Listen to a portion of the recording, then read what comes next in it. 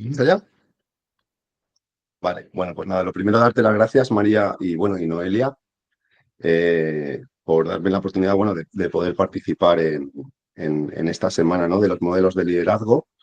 Y no estoy muy acostumbrado porque este proyecto que llevo un poco en paralelo a mi trabajo profesional, pues no le he dado todavía demasiada publicidad. Es algo que sí pretendo hacer en un corto espacio de tiempo. Y bueno, veremos a ver cómo sale. Como somos pocos de momento, cualquier cosa que tengáis, cualquier pega o cualquier duda, me paráis. Estamos casi en familia y estaré encantado de resolverlo. Eh, y ya voy empezando, básicamente, por empezar desde el principio. Este proyecto empieza porque hace unos aproximadamente 7 años caí en una especie de estado semidepresivo, que es lo que algunos eh, estudiosos hablan de la noche oscura del alma. Es un estado emocional en el cual no llega a ser una depresión, porque los que entienden de esto verdaderamente dicen que las depresiones es tener el miedo a la vida, ¿no? Pero ese es un estado en el cual uno no sabe a lo que agarrarse, pierde, como dijéramos, todas las referencias de vida, independientemente de que familiarmente te vaya bien o profesionalmente te vaya bien, llega un momento de tu vida o llega un punto de tu vida en el que no sabes hacia dónde tirar y no sabes sobre todo a qué agarrarte. Eso hizo que tuve la suerte de que se me cruzó en mi camino una persona que es, hasta el día de hoy ha sido mi terapeuta. Ahora mismo no sigo las sesiones, pero he estado muchos años con ella. También ha sido mi mentora en buena parte. Es una de esas que llaman una mujer medicina. Se formó en Estados Unidos, se formó en México, hizo el Camino Rojo, sobre la cultura o sobre los estudios chamanes, y trabajó conmigo muchísimo la terapia gestal. La terapia gestal es una terapia que se crea a través de un diálogo productivo, dijéramos, entre el paciente y el mentor o el tutor o el terapeuta, y donde uno básicamente lo que hace es que cambia el enfoque de los problemas y en lugar de enfocarse en los problemas, dijéramos, hacia afuera, lo que hace es un cambio de mirada y empieza a mirarse a sí mismo. Por eso hay muchísima gente que le cuesta verdaderos horrores enfrentarse a un proceso terapéutico, porque al final es cambiar la mirada para empezar a ver las partes de ti que no funcionan, ¿no? De ahí, de todo ese proceso terapéutico y de todo ese proceso gestal que hice con ella, a la par lo fui, dijéramos, consolidando en mi trabajo o a través de mi trayectoria profesional. Y lo fui aplicando como líder o como coordinador de equipos, que ha sido básicamente el trabajo a lo que me he dedicado durante todos estos años, ya antes de empezar, dijéramos, con este trabajo terapéutico. De ahí vienen las enseñanzas que, por ejemplo, aparecen en la diapositiva de Claudio Naranjo, que ha sido uno de los grandes padres de la Gestalt, que habla siempre de que cualquier cambio que quieras hacer lo tienes que hacer a través de ti. Es decir, todo lo que quieras cambiar a tu alrededor lo tienes que cambiar en ti primero, ¿no? Y por eso la frase que pongo en esa primera diapositiva, que habla de que solamente un cambio de conciencia puede salvar el mundo. Y en vista de ese cambio de conciencia, nada más podemos hacer que sea más relevante como comenzar siempre por nosotros mismos. Hay muchos autores españoles, también de Gestalt o no de Gestalt, que trabajan sobre poniendo el foco y, dijéramos, girando el foco 180 grados hacia ellos mismos, ¿no? Si ahora puedes pasar, por favor, María. Este es básicamente un resumen de mi currículum. Bueno, lo que distingue un poco del trabajo que yo he hecho, con lo que a lo mejor hacen unos mentores a nivel corporativo, es que yo he trabajado con los equipos a nivel militar. Tenemos unos valores, unas disciplinas o unos protocolos que suelen ser algo diferentes a la vida empresarial, pero que muchas veces también son similares. Pero realmente de todo lo que pone ahí, para mí lo más importante o la formación más importante que yo he hecho en mi vida ha sido la de ser alumno del Eneagrama. El Eneagrama es una herramienta que también se crea a través de esa terapia gestal, que nos habla de los modelos de personalidad. Es decir, te permite conocer qué modelos de personalidad existen en el mundo cuando esos modelos, lo que dice la teoría, lo que dice la filosofía acumulada, es que esos modelos de personalidad se conforman en ti, en tu psique, de los 0 a los 4 años, y dijéramos que marcan o modelan la manera en la que tú te vas a comportar por el resto de tu vida. Cuando tú conoces eso, sobre todo cuando conoces en ti, eres capaz de confrontar o contemplar esos procedimientos robóticos que hacen que te vayas comportando periódicamente de la misma manera, y en el momento que eres capaz de ver esos comportamientos robóticos, también eres capaz de cambiarlos. Y este es un poco el proceso de trabajo terapéutico Gestalt. Si pasamos, por favor, María. Cogiendo todo este primer contexto que he contado, claro, cuando uno habla de liderazgo, todos los modelos que hay de liderazgo, normalmente lo que se enfocan es en los subordinados o en la organización o en la estructura de la organización. Pero realmente el modelo por el que yo abogo es el mismo modelo por el que aboga este señor que tenemos en la diapositiva, que es Jaap Boustra. Es un profesor universitario de la Universidad de Viena que escribió un artículo hace años en una de las revistas más prestigiosas de Harvard, la Harvard Business Review, y que habla también del autoliderazgo. Y básicamente, después de un artículo que me parece súper interesante, lo que dice es que a quien lideras principalmente, a quien tienes que liderar más allá de tus equipos, es a ti mismo. O sea que la clave, por tanto, para un buen liderazgo está en mantener el ego bajo control. Podremos hablar posteriormente de lo que es el ego o cómo se entiende terapéuticamente o espiritualmente el ego, y evitar caer en ese papel de héroe. Es decir, al final siempre se trata sobre hacer un trabajo sobre uno mismo. Es decir, para esta palabra que no me gusta nada, que habla del empoderamiento de la persona para poder, dijéramos, desde la ejemplaridad, poder llevar los objetivos de tu organización a buen lugar, ¿no? Y si ahora pasamos, este es un poco el contexto de entrada. Y ahora está, una vez que yo me enfoco en mí mismo, en lugar de enfocarme en la organización, en su cultura o en su estructura, es cómo me afronto, cómo me entiendo como ser humano. Para ello, y también un poco en paralelo a ese trabajo de Gestalt que llevo haciendo todos estos años, el enfoque se hace de una manera holística. Es decir, la filosofía acumulada te cuenta o te dice que el ser humano está dividido en 4 dimensiones. La dimensión física, que es la parte palpable de nosotros, las células, las hormonas, los procesos químicos, todo eso que podemos, dijéramos, cultivar de manera física. Una parte mental, que es la que se crea, la que nuestro cerebro crea todos esos pensamientos, y normalmente que son pensamientos repetitivos. Una parte emocional, que básicamente es cómo reacciona nuestro cuerpo a ese tipo de pensamientos, y una que engloba todo ello, que es esa parte espiritual. Como digo, es una dimensión holística. Ya Aristóteles en su día empezó a hablar de esto. Aristóteles hablaba de que al final el todo es mayor que la suma de las partes, y debemos o podemos, y esto lo voy a repetir varias veces, al final son teorías humanísticas que quizás no sean demostrables a nivel de la ciencia, pero y que cada uno puede tener a lo mejor su entendimiento sobre las teorías, porque siempre que se habla de humanística, o siempre que dijéramos ponemos al ser humano como centro de la teoría, pues al final muchas veces no podemos demostrar, como todo el mundo parece que quiere demostrar, que todo se tiene que hacer bajo el método científico. Bueno, pues esto es un tipo de manera de afrontar el entendimiento del ser humano, la manera holística. Es decir, repito, las 4 dimensiones: la dimensión física, la dimensión mental, la dimensión emocional y la dimensión espiritual. Por lo tanto, para mejorarme yo como persona, por entender mejorar, lo que tengo que hacer es potenciar esas 4 dimensiones del ser humano, ¿no? Muchas veces confundimos también, o la gente confunde lo que es la religión con lo que es la parte espiritual. Al final, como yo lo entiendo, y después de los estudios de todos estos años y después de haber leído mucha gente, como yo lo entiendo es, al final, las religiones para mí son como las franquicias de la espiritualidad. Es decir, son franquicias que empaquetan lo que es una espiritualidad completa.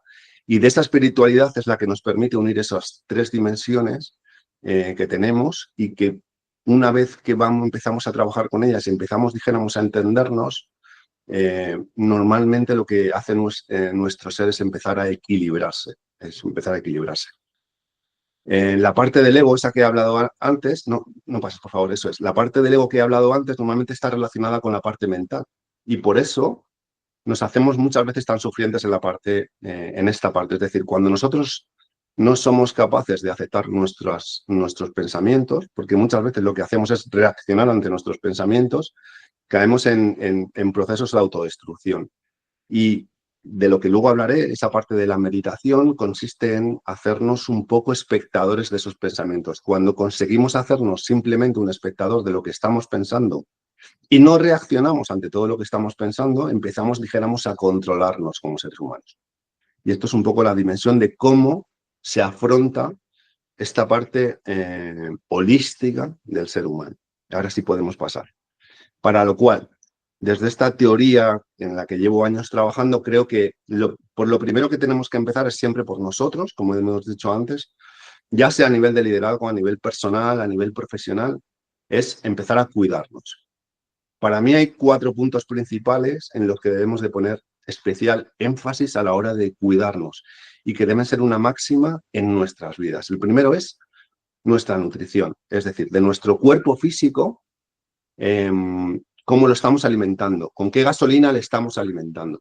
Al final, llevar una buena nutrición, una nutrición equilibrada, y esto no significa hacer una dieta, sino llevar una nutrición donde tomemos esos ingredientes que decía, eh, también tuve una muy buena experiencia con el que fue mi quiropráctico, y él hablaba de los alimentos que dan felicidad, que son aquellos que tienen triptófano y que generan en nosotros algo de oxitocina, como son pollo, frutos secos, pavo, verduras, ensaladas. Ese tipo de alimentos son los que deben de estar en nuestra dieta diaria. Luego el ser humano tiene a mal, y esto es una cuestión que yo creo que es a nivel global, el estar sobrealimentado por todo esto que ya vamos conociendo de la famosa comida basura, de la manera que tenemos muchas veces. El ser humano tiene de castigarse y lo hace. Una de las maneras que tiene el ser humano de castigarse es a través de la alimentación. Es igual que el tabaco, igual que el alcohol. Es decir, cuando no hay una moderación en la ingesta, repercute lógicamente en nuestro cuerpo y en nuestro físico. Y al final nos tenemos que dar cuenta de que nuestro cuerpo es el instrumento que tenemos para acometer la vida, ¿no? Y nos tenemos que dar cuenta a la vez que no es a qué edad quiero llegar, sino en qué estado quiero llegar a esa edad, porque de nada sirve que yo llegue a los 80 años y cuando yo tengo 60 y algo ya no puedo, dijéramos, llevar una vida normal. Por eso no se trata tanto de cuánto sea nuestra longevidad, sino de en qué modo quiero llegar a esa pronunciada edad. El segundo de los puntos que para mí es esencial es el ejercicio físico. Y cuando hablo de ejercicio físico es intentar realizar ejercicio todos los días de tu vida. Cuando digo ejercicio no me refiero a prepararse maratones, no me refiero a ir al gimnasio todos los días, me refiero a tu cuerpo tiene que estar en movimiento, tiene que quemar esa glucosa durante todos los días de su vida. Tenemos que obligarnos a hacer ejercicio. Otra de las cosas que decía mi quiropráctico, que también es creo que un gran modelo a seguir, es que con un poquito todos los días es bastante, y que la diferencia que hay entre un atleta profesional y una persona que hace ejercicio de manera normal es la disciplina. Es decir, a ninguno de nosotros de normal nos apetece romper el ritmo del cuerpo porque el cuerpo suele ser vago por naturaleza, pero la diferencia entre la gente que hace ejercicio y la que no hace ejercicio básicamente es la disciplina, que cuando no le apetece se obliga a hacerlo. Y por último, en algo que creo que tampoco reparamos de manera habitual porque cada día le damos menos importancia, por lo menos por lo que se puede ver en nuestra sociedad, es al descanso, es al sueño. El sueño es una parte reparadora del ser humano y es una parte que debe ser obligatoria y también tenemos que respetar con mucha disciplina. Durante el proceso de sueño, la corteza prefrontal se regenera, el hipocampo, y nosotros al final, nuestro cuerpo es similar a lo que es una batería. Es decir, una batería se tiene que recargar, por nuestro cuerpo es igual. Tenemos que intentar descansar al menos esas 8 horas. Eh, y muchas más cosas que no me da tiempo a contarlas hoy, pero por ejemplo, tenemos que tenemos que prepararnos el sueño. No podemos irnos a dormir habiendo estado conectados a una tablet, a una pantalla durante 1 hora o 2 horas antes de irnos a dormir. Tenemos que preparar nuestro sueño. Tenemos que intentar aminorar, por ejemplo, las luces de la habitación antes de irnos a dormir. Es decir, todo eso repercutirá en que al día siguiente nosotros tengamos, dijéramos, nuestra batería llena. Además, desgraciadamente está pasando que el ser humano se está acostumbrando cada día más a la multitarea. Es decir, tenemos la conciencia de que si no estamos todo el día haciendo cosas, no vamos a ser productivos. Pues al final es todo lo contrario. Cuando más nos focalicemos en un trabajo y cuando más agotemos un trabajo y cuanto más tiempo nos demos para descansar y nuestro cuerpo recupere, más productivos vamos a ser. ¿Por qué? Porque vamos a estar más focalizados cada vez que nos pongamos con cada uno de esos trabajos que para nosotros sí son prioritarios. Y no todo puede ser prioritario y eso también es una parte que nosotros tenemos que aprender. Es decir, no se trata de trabajar mucho, sino de trabajar menos, pero más enfocado. Y también ya, por terminar, aprovechando que aquí hay dos personas que son de marketing, cuando hablamos de realizar en las empresas o en las organizaciones esas tormentas de ideas, está bien como concepto, pero normalmente si los que estáis aquí hacéis deporte habitualmente, os daréis cuenta de que vuestras mejores ideas o cuando tenéis dudas sobre tomar una decisión importante en vuestra vida, normalmente la tomáis cuando estáis más descansados y cuando estáis más en contacto con la naturaleza. Es decir, las decisiones importantes de nuestra vida las solemos tomar en calma y en equilibrio. Igual pasa, y esto lo he intentado implementar en mis organizaciones o allá donde las he liderado, es siempre dejar un tiempo para que todo el mundo que tenga que tomar la decisión recapacite en silencio, en tranquilidad y en equilibrio y en descanso y con el cuerpo descansado, porque las decisiones siempre suelen ser, dijéramos, más integradas y normalmente dan mejores resultados. Y esa es la parte del cuidado a ti. Y el último punto que me gusta o intento y a veces se me quedan cuando lo hago a mi nivel, a nivel militar, se me quedan un poco descolocados y ahora sí podemos pasar la diapositiva, es el de integrar la meditación. Como decía antes, la meditación, de las cosas más importantes cuando uno quiere empezar a hacer meditación es entender por qué hace meditación, porque a veces nos sentamos, cerramos los ojos y pensamos que estamos meditando, pero es muy importante que entendamos por qué meditamos. Básicamente, como yo lo entiendo, y después también de formarme en prácticas de meditación, la meditación consiste en poder, como he comentado antes, hacerte un espectador de tus pensamientos. Es decir, simplemente sentarte a batallar con tu mente, porque tu mente está creando pensamientos continuamente y muchas veces, encima cuando nos metemos en esos estados semidepresivos, esos pensamientos se convierten en pensamientos gusanos que nos vienen una y otra vez, una y otra vez. Y al final estamos reaccionando a esos pensamientos y podemos caer en unos grados altos de autodestrucción. Si tú entiendes que esos pensamientos no eres tú, es simplemente lo que genera tu mente en base a circunstancias que le hayan podido ocurrir, circunstancias culturales, circunstancias relacionadas con su educación, con su formación, con la relación que ha tenido con sus padres, con la relación que tiene a nivel familiar, con sus amigos. Y es simplemente un modelo de pensamientos, dijéramos, discurriendo por tu cabeza y eres capaz de salirte de ahí y darte cuenta de que eso no eres tú, normalmente empiezas a entrar en un equilibrio mayor.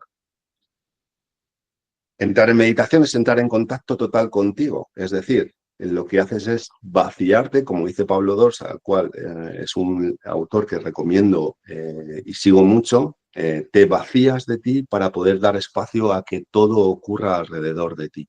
Consigues con el tiempo llegar a una calma de espíritu, consigues llevar a un equilibrio interior que poco a poco te va dando el alumbramiento vital necesario para seguir, dijéramos, caminando por la vida de una manera más enérgica, equilibrada y constante. Es decir, te haces observador de tus pensamientos.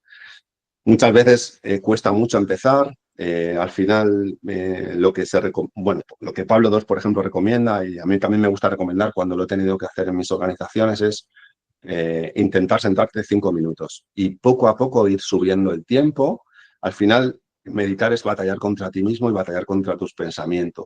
También batallar contra tu posición física, porque no es una posición cómoda normalmente, tienes que estar con la espalda erguida, en una posición, dijéramos, de recepción, y eso hace que al final aprendas a batallar también con la quietud, que es de lo que hablábamos antes. Nos estamos tan mal acostumbrados a estar en movimiento que cuando nos estamos quietos y nos quedamos parados no sabemos qué hacer.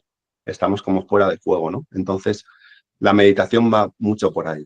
Así que nada, recapitulando, para cuidar de ti, para empezar a cuidar de ti, para poder, dijéramos, orientarte a ser un mejor líder desde la ejemplaridad, cuida de ti por la nutrición, por el ejercicio, por la meditación y por el descanso. Esas, dijéramos, son simplemente las bases principales. Cuando eso lo empecemos a mejorar, empezarán a mejorar nuestras relaciones personales, empezaremos, dijéramos, una vez que esto nos permita respetarnos un poco más, porque a veces el mayor de nuestros enemigos somos nosotros mismos, y empecemos a respetarnos a nosotros, seremos capaces de inherentemente poder respetar muchísimo más a los demás. Esto hace que a nivel de organización, cuando tú eres un líder, eh, permita, te permita, dijéramos, respetar sobremanera a todos aquellos que trabajan contigo, porque estoy seguro también que de los que estéis aquí, muchos habréis sufrido gente que no respeta a sus subordinados. Y básicamente el problema no va con vosotros, si habéis sido sus subordinados, el problema va siempre con ellos. Entonces, si ya no empiezan por respetarse a ellos mismos, normalmente tampoco tendrán el respeto por vosotros, ¿vale? Entonces, como enseñanza, empieza por cuidarte a ti. Cuando seas capaz de empezar a cuidarte a ti, serás capaz de empezar a cuidar a los demás de manera casi inherente. Vale, pues podemos pasar. Otra de las cosas que añado en estas teorías que, como digo, baso desde la experiencia de mucho tiempo, y esto me lo enseñó Bea, que es mi mentora, es que debemos honrar nuestros espacios. Y ella siempre me decía, como están tus espacios, está tu vida. Si sois capaces de mirar alrededor o habéis trabajado en oficinas con más compañeros o habéis tenido la oportunidad de compartir piso con algunos otros compañeros, si ahora echáis la vista atrás, seguramente os deis cuenta de que esas personas que tenían esos escritorios desordenados, esas casas desordenadas, esos despachos desordenados, normalmente tenían bastante desordenada la cabeza. Al final, como tenemos nuestros espacios, como tenemos nuestro hogar, tenemos nuestra vida. Entonces, una de las autoras que yo también recomiendo mucho es Marie Kondo, que habla de la magia del orden. Ella, por procesos orientados un poco al Feng Shui oriental, te enseña, dijéramos, a ordenar tus espacios. Esto permite que la energía en los espacios en la que tú estás trabajando fluya de una manera más correcta, porque cuando todo está desordenado, la energía no fluye igual. Estamos hablando de energías. Hay que darse cuenta de que seguimos hablando de espiritualidad, de consciencia, de energía. Son términos un poco impalpables, pero que uno se da cuenta de que funcionan cuando empieza, dijéramos, a sufrirlos en sus propias carnes. Si uno, mi recomendación es que si tenéis el tiempo de ordenar el espacio donde trabajáis y donde vivís todos los días, lo tengáis lo más ordenado posible y seguramente empecéis a ver cambios en todo vuestro día a día. ¿Pasamos? Además del espacio, otra cosa que creo que debemos honrar es el tiempo. Para esto hay 1000 métodos pequeños y yo recomiendo aquí varias reglas. La primera es la regla de los 2 minutos. Si tienes algo que hacer y hacerlo te va a llevar menos de 2 minutos, hazlo ya. Hazlo ya, quítatelo de en medio ya. Todas las tareas más farragosas que tengas que hacer en tu día a día de trabajo, o sea, las que creas más complicadas o las que dijéramos te asustan un poco más, hazlas a primera hora de la mañana porque es cuando esa batería de la que hablábamos está más arriba, con lo cual tienes más capacidad de focalizarte en una tarea más complicada. Y la última de las partes que recomiendo es la puntualidad. La final, tampoco debemos de jugar con el tiempo de los demás. Presentar puntualidad a los demás es presentarle respeto y respetar al otro. Por eso es tan importante que gestionemos bien el tiempo. Y aquí sigo hablando de lo que hablaba antes, que es de la multitarea. Es muy importante que nos agendemos nuestras jornadas de trabajo y nos respetemos las jornadas, lo que hemos agendado, ¿vale? Así como el tiempo de trabajo es importante, también lo es el tiempo de descanso. Si hemos decidido que vamos a cortar, por poner un ejemplo práctico, a las 2, corto a las 2. Si no se va a caer el mundo, corto a las 2, porque me estoy respetando. Es la manera que tengo de respetar mis tiempos y de respetar mi vida y de respetar a los demás. Y otra cosa que también aconsejo siempre a mis equipos es que no utilicemos el tiempo libre, sino de los demás, para inyectarles trabajo. Es decir, Si se cierra a las 3, cerramos a las 3. Y si tengo algo que decirte que no es de suma urgencia, hay que esperar al día siguiente. El tiempo de descanso de los demás debe ser como nuestro tiempo de descanso, igual de importante. Y eso es igual. Tenemos que respetarlo en nosotros mismos, y aquí vuelvo a la teoría del enfoque personal, para poder respetarlo en los demás. Así que tengo siempre, siempre, siempre que empezar por mí. Pasamos ahora, por favor. Y luego el último de los puntos que añado en estas teorías de las que hablo de autoliderazgo es conocer la organización. Más allá de que el trabajo, y esto es para mí una premisa principal, siempre empieza por mí, también tengo que tener un conocimiento de la organización en la que estoy trabajando, porque no es lo mismo trabajar en una empresa italiana que en una empresa española, que en una empresa de marketing, que en una empresa distribuidora de ferretería. O sea, o sea, no tiene nada que vernos, tienen sus connotaciones diferentes. No es lo mismo el tipo de personal que hay en la empresa, la edad que tiene el personal que hay en la empresa, y para eso yo miro tres principios principales que son los que a mí me ayudan a nivel militar, que es saber qué misión tiene la empresa.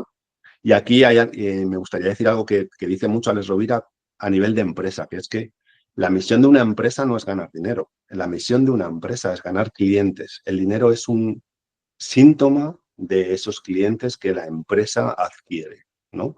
Entonces, en esa parte también podemos hacer mucho trabajo de consciencia. El segundo es saber el propósito que tiene mi CEO o mi coordinador o mi jefe. Es muy importante saber qué idea tiene mi jefe de la empresa, porque eso me va a permitir que en momentos en el que él no esté presente, y así no le tengo, dijéramos, que preguntar todo, saber si tengo que decidir entre ir por el camino A y el camino B, saber ponerme en su lugar y pensar hacia dónde tiraría yo para alinearme con lo que sea el propósito. Esto se habla mucho a nivel militar. Es decir, siempre cuando nosotros preparamos una operación, y ahora me pongo un poco en el ámbito militar, tenemos que saber cuál es la misión que nos encomiendan, en cuál es el propósito de mi jefe, es decir, el propósito desde arriba, para poder yo, dijéramos, planear la misión que quiero hacer con mi equipo. Y finalmente los valores. ¿Qué valores tiene mi empresa? Y si no los tiene y soy el CEO, lo suyo es que los escriba, o los mandamientos de la empresa. Hay muchas empresas que escriben sus mandamientos, desde el Rodilla, que he visto hace poco que escribe sus 10 mandamientos, hasta Coca-Cola, hasta Adidas, todos tienen sus mandamientos. Es decir, todos tienen una estrategia de valores por la que quieren, dijéramos, que todo su personal acuda ahí. Eso me parece muy interesante. Si además estos valores coinciden con los valores que nosotros tenemos, pues dijéramos que nuestro trabajo se va a sintonizar muchísimo mejor. Yo intento, y desde estos años que llevo trabajando, me intento trabajar desde tres valores principales. El primero de ellos es el respeto hacia mí mismo primero, como os he hablado en esta conferencia, para poder, dijéramos, demostrárselo a los demás. El segundo es la integridad, saber que lo que dices, lo que haces y lo que piensas está alineado y sigue un proceso permanente en el tiempo. Que la gente, dijéramos, que me vea venir, que sepa cómo soy y cómo puedo reaccionar. Y así me van a entender muchísimo mejor. Y el tercero es la empatía. Ningún sufrimiento nos debe ser ajeno. Es decir, tengo que tener la capacidad cada día más de ponerme en el lugar del otro, sea el puesto que ocupe en la organización, da igual. Tengo que tener la capacidad de saber o de conocer o de ponerme en la piel, que hablamos en el lenguaje castellano, de la persona a la que estamos dirigiendo, ¿vale? Y por último, no sé si queda alguna cosa más. Pasa, por favor, María. Esto es el resumen de todo lo que he comentado hasta ahora. Premisas principales: cuida de ti, tu alimentación, tu ejercicio, tu descanso. Intenta practicar la meditación. Como digo, ayuda muchísimo. Hay muchísimos tutoriales, guías, autores que hablan de la meditación. Es decir, aprende a estar contigo, honra tus espacios, respeta tu tiempo y el de los demás, y entiende un poco la cultura de tu organización para saber en qué contexto te estás moviendo en cada momento. Y esto es un poco el resumen de lo que quería contaros hoy. No sé si tenéis alguna preguntilla. Puedes pasar, María, si quieres. Creo que queda una de dudas. Eso.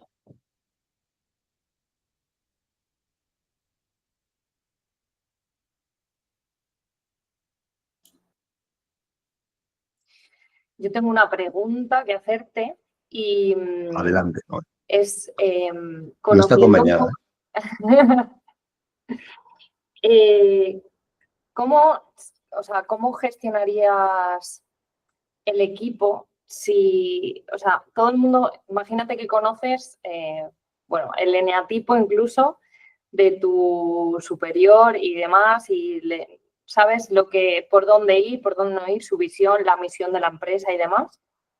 Tú vas alineada en esa misión, en esos valores, en ese acompañamiento que tiene el proyecto o la empresa y eres empático con tu CEO en este caso,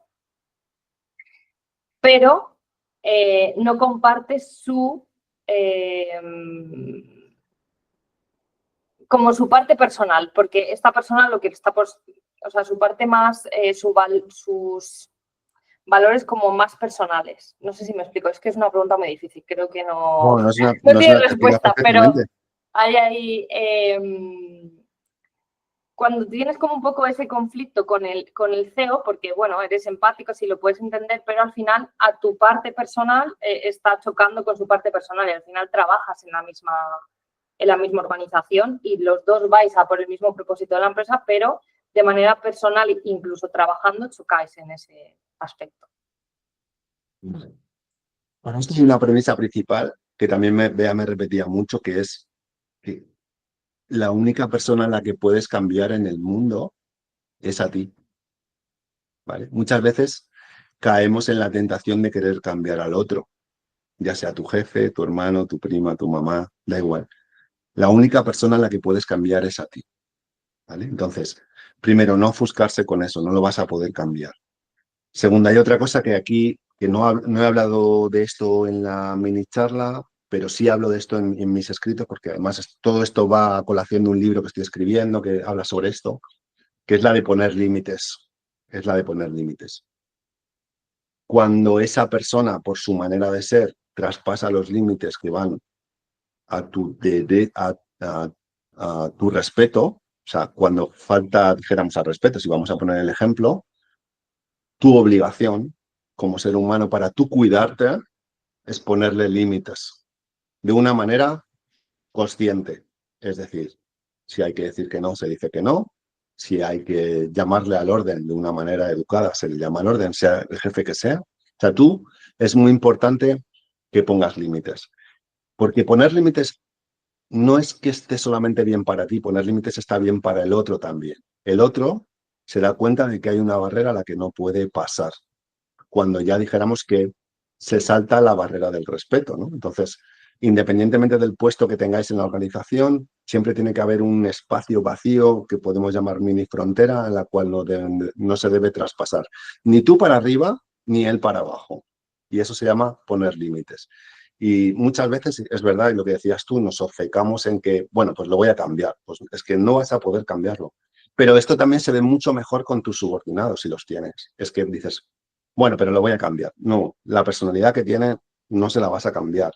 Otra cosa es que como tú como jefe, y si eres verdaderamente un buen jefe y si eres empático, como decía, adaptes tu manera de profesional de relacionarte con él para conseguir los objetivos de la empresa y muchas veces lo que un buen líder lo que hace es que saca de cada uno lo mejor que tiene o intenta sacar lo mejor que tiene de cada uno de los miembros de su equipo, teniendo en cuenta que cada uno de los miembros de su equipo son diferentes, porque todas las personas son diferentes. Entonces, la calidad del líder está en que tener la capacidad de ver y entender que todos son diferentes, que no los va a poder cambiar, pero que quizá de la manera de gestionar la organización, seáis un grupo de 6, de 20 o de 70, sacar lo mejor de cada uno de ellos. Y el consejo principal es que lo hagas siempre desde la ejemplaridad, desde la ejemplaridad. Es decir, si tú quieres que tu personal sea educado, sé educado. Si tú quieres que tu personal sea puntual, sé puntual. O sea, tú nunca puedes pedirle a tus subordinados algo que tú no les estés dando. Y esto a nivel militar lo trabajamos mucho. O sea, yo no puedo pedirle a la gente que está a las 7:30 de la mañana lista y preparada si yo no estoy. O sea, un buen jefe no es que tenga que llegar al primero, pero no puede exigir si no lo hace. Entonces, al final, lo más complicado de una organización sea la empresa que sea la empresa más puntera del mundo que más produce o una empresa o una pyme, son las relaciones personales. Y al final hay que entender que las empresas están formadas de personas. Y si tú quieres sacar el máximo rendimiento de las personas que trabajan en tu empresa, tienes que tener unas relaciones conscientes, coherentes y respetuosas. Si eso empieza por ahí, si tú eres respetuoso con ellos, tu organización irá cambiando para bien, seguro. Si tú pretendes que tu organización cambie a base de querer cambiar o imponer a los miembros de tu equipo lo que tú quieres, te vas a equivocar, que también forma parte de esto, las equivocaciones para aprender, pero empieza por el respeto, o sea, empieza por respetarte a ti, respetar tus tiempos, para respetar sus tiempos, respetar la manera en que te relacionas. Mira, hay cosas que parecen chorradas, pero son hiperimportantes. La educación, los buenos días, despedirte cuando te vas, preguntarles qué tal están. Marian Rojas Estapé, bueno, su padre, habla mucho de, él se apunta en una libreta de de toda la gente que trabaja con él, los nombres, cómo se llaman sus padres, cómo se llaman sus hijos, si tienen un hijo malo, cómo se llaman. Porque al final, una buena organización, al final siempre es una organización familiar. Familiar porque tienen la confianza, de alguna manera, de relacionarse desde la cordialidad, desde el respeto, y al final eso hace que tu empresa siempre sea más productiva. Tu empresa no puede funcionar a base de latigazos. Si no, no va a funcionar nunca, nunca. Puede funcionarte con el primer susto, pero si tus subordinados no están a gusto cuando tú estás presente, no va a funcionar. Si tus subordinados están a gusto cuando tú estés presente, en la empresa, en la oficina, va a funcionar.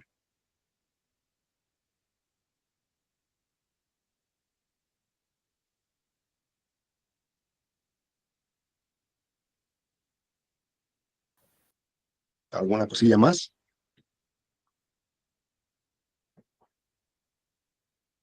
¿Alguna pregunta? Venga, María, pregunta algo. María, ve.